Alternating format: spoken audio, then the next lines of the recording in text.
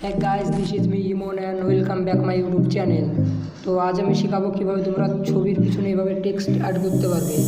তো সেটা শেখার জন্য ভিডিওটি প্রথম থেকে শেষ পর্যন্ত দেখো। আর এটা করার জন্য আমি ব্যবহার করছি PicsArt অ্যাপটি, যেটা প্লে স্টোরে পেয়ে যাবে এবং ভিডিও ডেসক্রিপশনে লিঙ্ক দেওয়া আছে, সেখান থেকে চাইলে ডাউনলোড করে নিতে পারো। তো চলো ভিডিওটি শুরু করো। করার পরে যে ছবিটাতে তোমরা এটা করতে চাও সেই ছবিটা সিলেক্ট করে নেবে। তো আমি এখান থেকে ছবিটা সিলেক্ট করে নিলাম। তারপর এখানে টেক্সট এই অপশানটা যেতে হবে। যাওয়ার পরে যেটা তোমরা লিখতে চাও সেটা লিখে নেবে। আমি সাপোজ এখানে অ্যালোন লিখবো,